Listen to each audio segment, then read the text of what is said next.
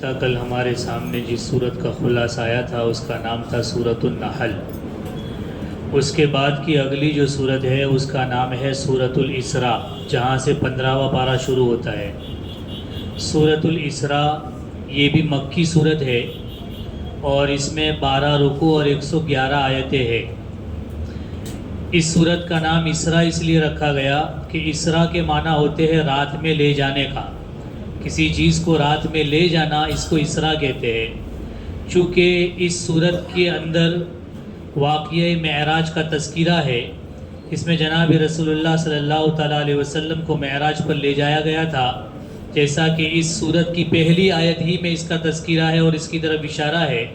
اور چونکہ یہ معراج رات میں جناب رسول اللہ صلی اللہ علیہ وسلم کو حرم مکہ سے بیت المقدس تک اور پھر وہاں سے ساتوں آسمان کی سیر کرائی گئی جناب رسول اللہ صلی اللہ تعالیٰ علیہ وسلم کو، یہ واقعہ معراج جو ہے اس وجہ سے اس کا نام سورۃ الاسراء رکھا گیا ہے۔ واقعہ یہ معراج کا کس وقت کون سی تاریخ میں پیش آیا، یہ چیز یقین کے ساتھ کہنا ممکن نہیں ہے۔ یقینی طور پر کسی روایت سے یہ ثابت نہیں ہے کہ معراج کا واقعہ فلاں دن کے اندر پیش آیا۔ جو رجب میں 17 یا 27 رجب کو واقعہ معراج کے نام سے منایا جاتا ہے، اس کی کوئی حقیقت نہیں ہے۔ یقین سے کہنا مشکل ہے کہ اسی رات کے اندر یہ واقعہ پیش آیا تھا۔ ہاں البتہ بعض روایات کے رجحان سے یہ پتہ چلتا ہے کہ واقعہ معراج جو ہے یہ آپ صلی اللہ علیہ وسلم کی بعثت یعنی نبوت ملنے کے بعد 10 سال کے بعد اور ہجرت سے 3 سال پہلے پیش آیا تھا، اور یہ وہ زمانہ تھا جب اسلام عرب کے بت پرستوں سے نکل کر یہود اور عیسائیوں تک بھی اسلام کے پہنچ چکا تھا۔ اس وقت یہ واقعہ معراج پیش آیا تھا۔ معراج یہ عروج سے نکلا ہے۔ عروج کے معنی ہوتے ہیں سیڑھی پر چڑھنا، بلندی کی طرف جانا، اس کو کہتے ہیں عروج۔ چونکہ اس رات میں جناب رسول اللہ صلی اللہ علیہ وسلم کو عالم بالا کی منازل طے کرائے گئے اور آپ صلی اللہ تعالیٰ علیہ وسلم نے ساتوں آسمان پر آپ کو لے جایا گیا۔ تو چونکہ یہاں پر آسمانوں پر چڑھنا ہوا، اس لیے اس واقعے کو واقعہ معراج کہا جاتا ہے۔ بعض مفسرین نے فرمایا کہ آپ صلی اللہ تعالیٰ علیہ وسلم کو حرم سے جو بیت المقدس لایا گیا، جس کا ذکر قرآن کریم میں صراحت کے ساتھ ہے، اس کو اسراء کہا جاتا ہے، اور پھر وہاں سے آسمان پر جو لے جایا گیا اس کو معراج کہا جاتا ہے۔ تو اسراء اور معراج دونوں الگ الگ ہے۔ حرم سے بیت المقدس کا جو سفر تھا اس کا نام تھا اسراء، اور بیت المقدس میں آسمانوں کا جو سفر ہوا اس کا نام کیا ہے؟ معراج۔ بہرحال معراج کا مختصر واقعہ یہ ہے کہ جناب رسول اللہ صلی اللہ علیہ وسلم رات کے وقت سوئے ہوئے تھے، حضرت جبرائیل علیہ السلام تشریف لائے اور آپ کو ایک جانور جس کا نام براق ہے سوار کر کے بڑی تیز رفتاری کے ساتھ حرم سے بیت المقدس لے گئے، اور وہاں پر جناب رسول اللہ صلی اللہ علیہ وسلم نے تمام انبیاء کرام علیہ السلام کو جماعت کے ساتھ نماز پڑھائی، اور آپ نے اس میں انبیاء کرام علیہ السلام کی امامت کی، اور پھر وہاں سے آپ صلی اللہ تعالیٰ علیہ وسلم کو آسمانوں پر لے جایا گیا۔ ہر آسمان پر الگ الگ پیغمبر سے جناب رسول اللہ صلی اللہ علیہ وسلم کی ملاقات ہوئی، پھر وہاں سے جنت کے درخت سدرۃ المنتہا پر لے جایا گیا، اور پھر جناب اللہ تبارک و تعالیٰ سے براہ راست ہم کلامی کا شرف جناب رسول اللہ صلی اللہ علیہ وسلم کو دیا گیا۔ اور اسی سفر معراج میں 5 نمازیں اس امت کے اوپر کیا ہے فرض کی گئی، اور پھر اسی رات میں جناب رسول اللہ صلی اللہ تعالیٰ علیہ وسلم لوٹ کر واپس آئے۔ یہ واقعہ ہے معراج کا مختصر۔ بعض حضرات یہ کہتے ہیں کہ یہ واقعہ معراج کا جو ہے یہ بیداری کی حالت میں پیش آیا، بیداری کی حالت، اور یہی صحیح ہے، اور روایات سے یہی ثابت ہوتا ہے کہ یہ واقعہ بیداری کی حالت میں پیش آیا ہے۔ یہ کہنا بالکل غلط ہے کہ جناب رسول اللہ صلی اللہ علیہ وسلم کو یہ واقعہ خواب میں دکھایا گیا، کیونکہ قرآن کریم کا جو اسلوب ہے اور روایات جو ہے، روایات کے بھی خلاف ہے یہ کہنا کہ یہ خواب میں دکھایا گیا، اور قرآن کا اسلوب بھی یہ بتا رہا ہے کہ یہ واقعہ بیداری کا ہے، کیونکہ قرآن نے اس کو غیر معمولی واقعہ بتایا ہے اور اس کو اللہ کی نشانیوں میں سے ایک نشانی بتایا ہے، اور یہ نشانی اسی وقت ہو سکتی ہے جبکہ یہ واقعہ بیداری میں پیش آیا ہو، ورنہ خواب میں تو آدمی بہت کچھ دیکھتا ہے, بہت کچھ دیکھتے رہتے ہیں لوگ, تو یہ کوئی غیر معمول, خواب میں دیکھنا کوئی معمولی چیز نہیں ہے, اور اس کو نشانی بتانا یہ کوئی صحیح نہیں ہے. تو قرآن اس کو واقعے کو نشانی بتا رہا ہے. اس کا مطلب یہ ہے کہ یہ واقعہ بالکل بیداری میں جناب رسول اللہ صلی اللہ تعالیٰ علیہ وسلم کے ساتھ پیش آیا ہے. اس کے بعد کی آیات میں اللہ تبارک و تعالیٰ نے حضرت نوح علیہ السلام کا مختصر قصہ ذکر کیا ہے کہ نوح علیہ السلام اور آپ کے ساتھ جو مسلمان کشتی میں تھے, اللہ تبارک و تعالیٰ نے ان کو نجات دی, اور اس کے ذریعے اللہ تعالیٰ یہ ہدایت دینا چاہتا ہے کہ نوح علیہ السلام کی جو اولاد ہے, یہ چونکہ اللہ کی نعمت ہے کہ اللہ تعالیٰ نے نوح علیہ السلام اور ان کے ساتھ کے مومنین کو نجات دی, یہ اللہ کی نعمت ہے. لہٰذا اولاد نوح کو بھی اس بات کا اہتمام کرنا چاہیے کہ وہ اللہ تبارک و تعالیٰ کے ساتھ کسی کو شریک نہ ٹھہرائے. مفسرین نے لکھا ہے کہ نوح علیہ السلام کی کشتی میں کچھ مومنین بھی تھے جو نوح علیہ السلام پر ایمان لائے تھے, لیکن جب طوفان ختم ہو گیا اور یہ لوگ کشتی سے جب واپس باہر آئے تو جتنے مومنین تھے یہ سب مر گئے, اور ان کی کوئی اولاد اور ان کی کوئی نسل آگے نہیں چلی. جو نسل چلی ہے وہ حضرت نوح علیہ السلام کے 3 بیٹوں سے چلی ہے, حام, سام اور یافس. یہ 3 بیٹے تھے نوح علیہ السلام کے, انہی سے پوری دنیا کی نسلیں آباد ہوئی ہے. پوری دنیا جو آباد ہوئی ہے یہ ان 3 کی اولاد ہے. اور نوح علیہ السلام کا ایک چوتھا بیٹا بھی تھا, یام, وہ کیا ہے اسلام نہیں لایا تھا, تو اللہ تبارک و تعالیٰ نے اسے بھی غرق کر دیا. پوری دنیا کے اندر جتنے انسانوں کی آبادی ہے یہ ساری آبادی نوح علیہ السلام کے 3 بیٹوں سے چلی ہے. ہم ایشیا کے رہنے والے جو ہے, ہم اور آپ جو ہے, یہ سارے کے سارے سام کی اولاد ہیں.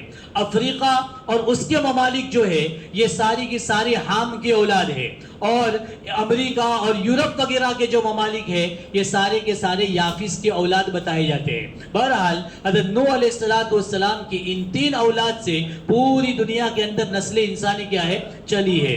پھر اس کے بعد کی آیات میں اللہ تبارک و تعالیٰ نے بنی اسرائیل, اس سورت کا دوسرا نام جو ہے یہ بنی اسرائیل بھی ہے, کیونکہ اس میں اللہ تبارک و تعالیٰ نے بنی اسرائیل کے دوبارہ ذلت و خواری میں جانا اور دشمنوں کی جانب سے ان پر کیا ہے فٹکار آنا, اور دشمنوں کی جانب سے ان پر تباہی اور بربادی کا آنا اس صورت کے اندر ذکر کیا گیا ہے. دیکھو بنی اسرائیل جو تھے یہ سارے کے سارے فلسطین کے آبادی تھے, فلسطین کے اندر یہ لوگ رہتے تھے, لیکن جب سرکشی اور نافرمانی نے ان کے اندر زور پکڑ لیا اور یہ سرکشی اور نافرمانی میں بہت آگے چلے گئے تو اللہ تبارک و تعالیٰ نے ان پر بابل کا بادشاہ بخت نصر اس کو مسلط کیا. اس نے ان پر حملہ کیا, اور حملہ کرنے کے بعد بہت قتل عام کیا, بہت لوگوں کو مار دیا, اور جو لوگ بچ گئے تھے ان کو وہ قید کر کے اپنے ساتھ بابل لے گیا, اور یہ لوگ بڑے لمبے عرصے تک بابل کے اندر غلامی اور جلا وطنی کی زندگی بسر کرتے رہے. بتایا جاتا ہے 70 سال تک یہ لوگ بابل میں رہے اور غلامی کی زندگی بسر کرتے رہے. پھر اللہ تبارک و تعالیٰ نے ان کو نجات دی. اس کا واقعہ یہ ہوا کہ پھر ایران کے بادشاہ نے بابل کے اوپر حملہ کر دیا اور بابل کو فتح کیا, اور یہ لوگ جو یہودی جو غلامی کی زندگی بسر کر رہے تھے ان پر اس کو رحم آیا تو اس نے ان لوگوں کو کیا ہے آزاد کر دیا اور دوبارہ ان کو فلسطین کے اندر آباد کر دیا. اب یہ لوگ خوشحالی کی زندگی گزارنے لگے.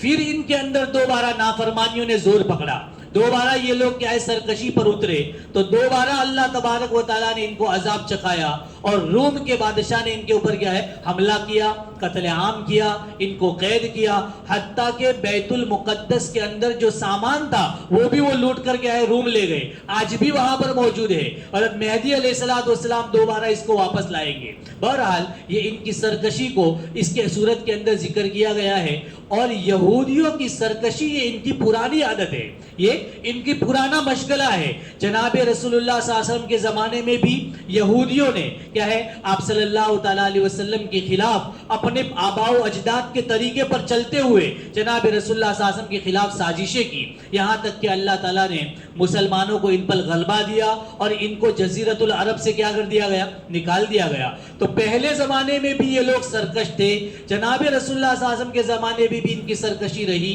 اور آج کے زمانے میں بھی ان کی سرکشی مشہور و معروف ہے. اور جہاں مسلمان جہاں کہیں ذلت و خواری کی پستی میں اور ظلم و ستم کی چکی میں پس رہا ہے تو اس کے پیچھے پیچھے ان یہودیوں کا ہاتھ ہوتا ہے. اب دیکھنا ہے اللہ تبارک و تعالیٰ کب اپنا قہر ان کے اوپر نازل کرتا ہے. بہرحال یہ پرانی تاریخ ہے, یہ پرانا ان کا کیا ہے, وہ پرانی عادت ہے کہ یہ لوگ ہمیشہ سازش کے اندر لگے رہتے ہیں, اور اللہ تعالیٰ نے ان کو اس کا مزہ چکھایا ہے. اللہ کرے ان کو اس کا مزہ بھی چکھایا جائے. اس کے بعد اللہ تبارک و تعالیٰ نے مسلمانوں کی جو اجتماعی زندگی ہے اس کے کچھ آداب اور اخلاق بتلائے ہیں کہ جو قوم اس آداب اور اخلاق کو اختیار کرتی ہے, عروج اور زوال کا تعلق اسی کے ساتھ ہے. جس قوم نے جب کبھی بھی ان آداب اور اخلاق کو اختیار کیا ہے, اللہ تبارک و تعالیٰ نے اس قوم کو عروج دیا ہے, انہیں کیا ہے, عزتیں دی ہے. اور جس نے ان آداب و اخلاق کو چھوڑا ہے, اللہ تبارک و تعالیٰ نے ان کے ساتھ کیا ہے, برا معاملہ کیا ہے, اور یہ لوگ کیا ہے, ذلت و خواری کے اندر گئے ہیں. ان آداب میں سب سے پہلی بات اللہ تبارک و تعالیٰ نے یہ بتائی کہ اللہ کے ساتھ کسی کو شریک مت کرو, اللہ کے علاوہ کسی کی عبادت نہ کرو. ایک بات یہ ہے. دوسری بات بتائی, اپنے والدین کا حق ادا کرو, اپنے والدین کا حق ادا کرو. حضرت ابو امامہ رضی اللہ تعالیٰ عنہ کی روایت ہے, ایک شخص نے جناب رسول اللہ صلی اللہ علیہ وسلم سے پوچھا کہ اولاد کا اپنے ماں باپ کے اوپر کیا حق ہے. جناب رسول اللہ صلی اللہ علیہ وسلم نے فرمایا, یہی تیری جنت ہے اور یہی تیری جہنم ہے. ان کی اطاعت و فرما برداری تجھے جنت تک پہنچائے گی, اور ان کی نافرمانی تجھے جہنم تک کیا ہے, پہنچائے گی. تو والدین کے ساتھ حسن سلوک کا معاملہ کرنا یہ اسلامی آداب میں سے ہے. اگر آدمی اس پر آ گیا اور اپنے والدین کی دعائیں لینے لگا تو پھر اس کو کسی تعویذ و گنڈے کی ضرورت نہیں ہے. جناب رسول اللہ صلی اللہ علیہ وسلم نے فرمایا, ماں اگر اپنے اولاد کے لیے, باپ اپنے اولاد کے لیے دعائیں یا کلمات کہتا ہے تو یہ کلمات سیدھے عرش سے جا کر ٹکراتے ہیں, بیچ میں کوئی آڑ نہیں ہوتی. امام صاحب سے تم کہو میرے لیے دعا کر دو, کسی بزرگ کے پاس جا کر کہو دعا کر دو, ان کی دعا کی قبولیت کی کوئی گارنٹی نہیں ہے. لیکن ماں یا باپ نے اگر ایک لفظ دعا کا کہہ دیا تو اللہ تبارک و تعالیٰ فرماتے اس کو قبولیت سے کوئی روک نہیں سکتا. تو کہنے کا حاصل یہ ہے, ماں باپ کی اطاعت پر آدمی آ جائے, ان سے دعائیں لینا شروع کر دے تو پھر آدمی کو کبھی تعویذ گنڈوں کی ضرورت نہیں پڑے گی, دوسرے اماموں سے اور بزرگوں سے دعائیں کرانے کی ضرورت نہیں پڑے گی. بہرحال اسلامی آداب میں یہ بتایا گیا اپنے والدین کے ساتھ کیا ہے, حسن سلوک کرنا ہے. اس کے بعد اللہ تبارک و تعالیٰ نے مسکینوں اور اسی طرح مسافروں کو ان کا حق دو. مسکین مسافر جو ہے ان کو ان کا حق دو.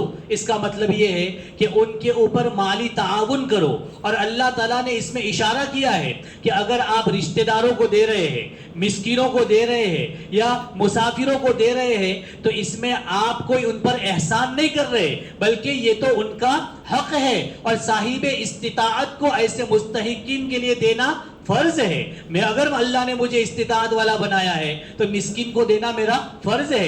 لہذا میں اگر کسی کو اپنی زکوٰۃ دے رہا ہوں یا کسی کی مدد کر رہا ہوں تو میں اس کے اوپر کوئی احسان نہیں کر رہا, بلکہ میں اس کا حق ادا کر رہا ہوں. تو اللہ نے فرمایا کہ ان کا حق ادا کرو, رشتہ داروں کا, مسکینوں کا, مسافروں کا حق ادا کرو. اس کے بعد بتایا فضول خرچی سے بچو, فضول خرچی سے اپنے آپ کو بچاؤ. نہ اتنا بخل کہ آدمی اپنی ذات پر بھی کیا ہے خرچ نہ کرے, اور نہ اتنا ہاتھ کشادہ کر دے کہ بعد میں اس کو کیا ہے پچھتانا پڑے. درمیانی چال کے ساتھ کیا ہے چلے, نہ بہت زیادہ خرچہ ہو ٹپ ٹاپ پر اور نہ بہت زیادہ کنجوسی ہو کہ اپنی ذات پر بیماری ہے لیکن دوا نہیں لا رہا کہ پیسے خرچ ہو جائیں گے. فرمایا یہ بھی شریعت نے نہیں کہا, متوسط چال چلو اور فضول خرچی سے اپنے آپ کو بچاؤ. اس کے بعد فرمایا افلاس کے ڈر سے اولاد کو قتل نہ کرو.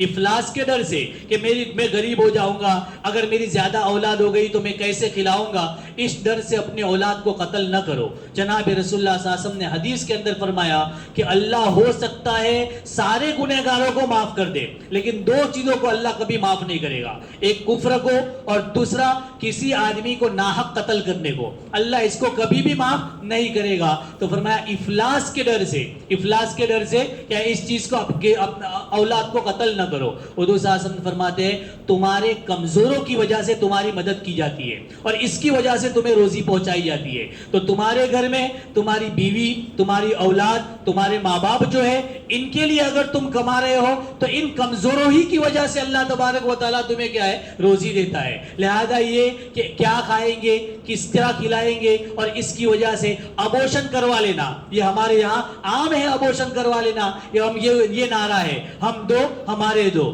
دو اچھے، یہ سب نعرے ہمارے اسلام کے نہیں ہیں۔ اسلام یہ کہتا ہے کہ جو بچہ بھی تمہیں اللہ دے گا، اللہ وہ اپنی روزی لے کر آئے گا، اس کی روزی کے خوف سے تم کیا ہے اس کو قتل نہ کرو، یہ اسلام کا طریقہ نہیں ہے۔ پھر اس کے بعد فرمایا زنا کے پاس بھی مت پھٹکو، زنا کے قریب بھی مت جاؤ۔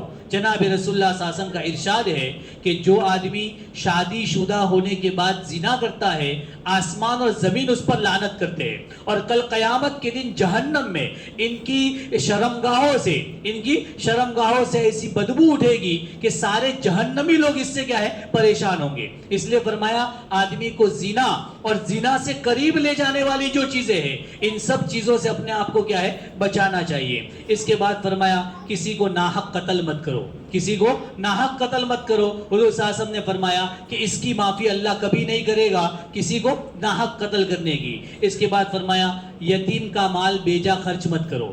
اگر اللہ نے تم کو کسی یتیم کا والی بنایا ہے تو اس کی یتیم کے مال میں کیا ہے بیجا خرچ نہ کرو، اپنے مال کے ساتھ اس کے مال کو کیا ہے مت ملاؤ۔ ایسا نہ ہو کہ اس کا مال خرچ کرتے کرتے وہ کیا ہو جائے ختم ہو جائے، اس لیے یتیم کے مال کی پوری حفاظت کرو۔ اس کے بعد فرمایا وعدہ پورا کرو، جو عہد تم کسی کے ساتھ کرتے ہو اس کو پورا کرو۔ اس کا مطلب یہ ہے جیسے کل قیامت کے دن عبادات کی، اللہ کے حقوق کی نہ کرنے اور نہ کرنے کی باز پرس ہوگی، پوچھا جائے گا، اسی طرح آدمی نے اپنی زبان سے اگر کسی سے کوئی وعدہ کیا ہے تو اس کو بھی پورا کیا تھا یا نہیں، اس کا بھی کل قیامت کے دن کیا ہے سوال ہوگا۔ اس لیے آدمی اپنی زبان کا پکا ہو، ایک مرتبہ جو کہہ دیا سو پھر اس میں اس کا اپنا نقصان نظر آتا ہو، لیکن ایک مسلمان کی شان یہ ہے کہ وہ اپنی کہی ہوئی بات سے اپنے آپ کو کیا ہے نہ پلٹے۔ اس کے بعد فرمایا ناپ تول کو پورا کرو، ناپ تول میں کیا ہے کمی مت کرو، اس سے روزی کی برکت کیا ہو جاتی ہے چھین جاتی ہے۔ شریعت اسلام کی تعلیم ہے جھکتا دو،